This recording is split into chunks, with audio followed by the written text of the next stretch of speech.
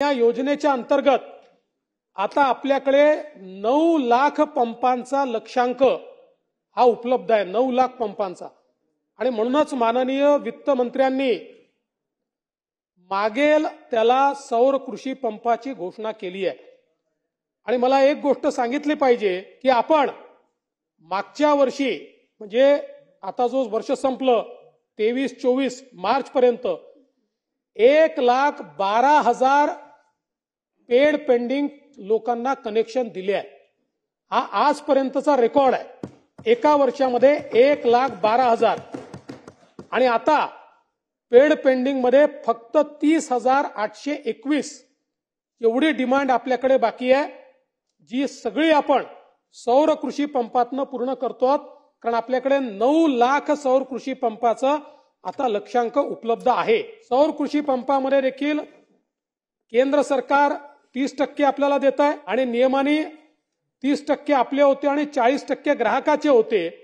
त्याच्यामध्ये राज्य सरकारने निर्णय घेतला की 30% केंद्र सरकारचे आणि 60% हे राज्य सरकारचे आणि शेतकऱ्यांकडून फक्त 10% पैसे त्या ठिकाणी घेण्यात येणार आहे। आणि यासोबत जे शेड्यूल कास्ट आणि शेड्यूल ट्राइब आमचे शेतकरी बांधव आहेत यांना केवळ 5% द्यायचे आहेत। 95% त्यांचे पैसे केंद्र सरकार आणि राज्य सरकार मिळून देणार आहे। त्यामुळे एक मोठा दिलासा या निमित्ताने निश्चितपणे हा प्राप्त होईल। काही सदस्यांनी असा देखील एक प्रश्न उपस्थित केला की ठीक आहे, तुम्ही नवीन लोकांना हे पंप देतायत, त्यांना दिवसा वीज मिळणार आहे, आमच्या जुने कनेक्शन आहे, आम्हाला तुम्ही हे पंप देणार का? हा अतिशय महत्त्वाचा प्रश्न आहे। याच्यामध्ये मला सांगितलं पाहिजे की त्यांना नव्याने पंप घेण्याची आवश्यकता नाही। आता त्यांचं जे फीडर आहे, ज्या फीडरवरनं त्यांना वीज मिळते त्या फीडरलाच आपण सोलरमध्ये कन्वर्ट करतो। आणि मला सांगताना आनंद वाटतो, हाही देशातला रेकॉर्ड आहे की एका वर्षामध्ये जागा निश्चित करून, जागा हँडओव्हर करून, टेंडर करून 9,000 मेगावॅटचे वर्क ऑर्डर आपण दिलेले आहेत। 9,000 मेगावॅटचे ज्याचं काम सुरू झालं आहे आणि 18 महिन्यामध्ये त्यांना काम करायचं आहे। त्यांनी 18 महिन्यात काम केलं तर केंद्र सरकार त्यांना 30% सबसिडी देणार आहे। त्यामुळे 18 महिन्यामध्ये 9,000 मेगावॅटचे आपले जे कृषी फीडर आहेत हे सोलरवर जाणार आहेत। ते सोलरवर गेल्यामुळे दिवसाची वीज आमच्या शेतकऱ्यांना त्या ठिकाणी प्राप्त होणार आहे।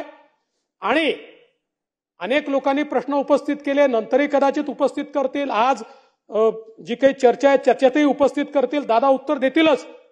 पण उरलेले आता आपल्याला साधारणपणे 15 ते 16,000 मेगावॅट त्या ठिकाणी वीज कृषी करता लागते।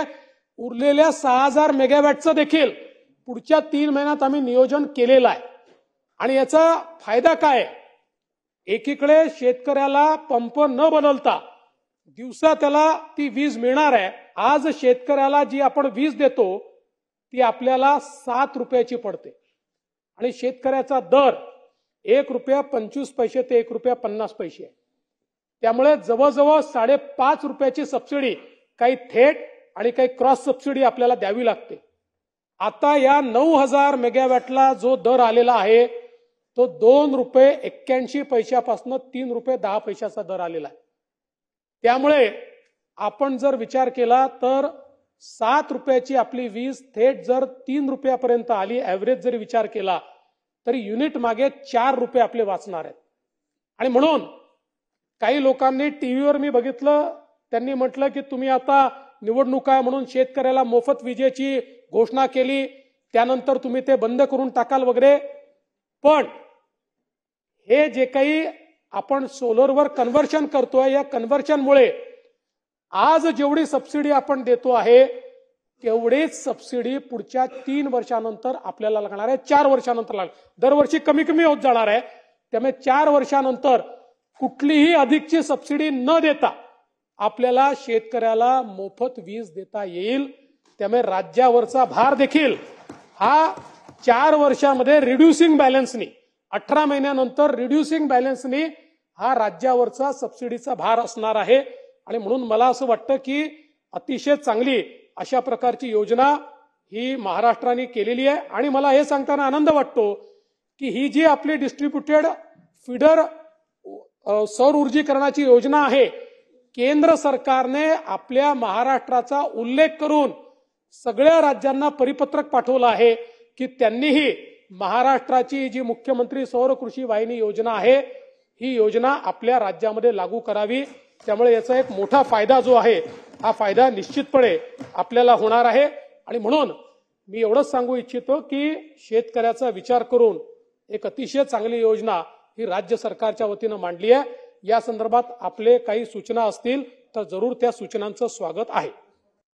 आपल्याला सांगायचं की ज्यांना ऑनलाईन करायचंय ना, तर त्यामध्ये जरा अडथळे बरेच आहेत. आणि त्याच्यानंतर ज्या एजन्सीज आपण नेमलेल्या आहेत, ज्या कंपनीजला नेमलेल्या आहेत, त्या कंपनींचं आज जर आपण गती बघितली, तुम्ही सांगितलं 19,000 काहीतरी मेगावॅट सांगितलं की एवढे मेगावॅट झालेत, पण मी सहज एक जालन्याचा आढावा घेतला तर 20%च काम झालेलं आहे. म्हणजे जे काही काम आहे त्याला गती खूप देता येऊ शकेल, एवढंच फक्त लक्षात आणून द्यायचं. आता हा ऑनलाईनचा प्रश्न जो येत होता तो प्रधानमंत्री सूर्यघर योजनेमध्ये येत होता. याच्यामध्ये अडचण नव्हती. याच्यामध्ये तर आपण ऑनलाईन प्रक्रिया अशी राबवली आणि आपल्याला माहिती आहे, आपण घोषित केलं होतं की आवश्यकता पडली तर शेतकऱ्याची जमीन आम्ही किरायाने घेण्याला तयार आहोत, 1 लाख रुपये हेक्टरी आम्ही द्यायला तयार आहोत. पण मला सांगताना आनंद वाटतो की या सगळ्या याच्याकरता जवळजवळ 95% सरकारी जमीनच मिळाली. त्या फिडरच्या बाजूबाजूला सरकारी जमीनच मिळाली. त्यामुळे सगळ्यात मोठा यातला अडथळा हा जमिनीचा होता. जमीन जोपर्यंत हँडओव्हर होत नाही, बाकी तर काय त्यांना वेंडरकडनं विकत घ्यायचं आणि त्या ठिकाणी लावायचं आहे. आज फॉर्च्युनेटली सगळी जमीन हँडओव्हर झालेली आहे. त्यामुळे याच्यामध्ये आता त्या ठिकाणी तो काही प्रश्न नाहीये. आणि त्यांच्यावर 18 महिन्यात करण्याचं बंधन या करता आहे की 18 महिन्यात त्यांनी केलं तरच त्यांना 30% सबसिडी मिळणार आहे. त्यांचा इन्सेंटिव्ह तो आहे की त्या कंपनीला 30% सबसिडी केंद्र सरकार देणार आहे. त्यामुळे ते 18 महिन्यात पूर्ण करतील.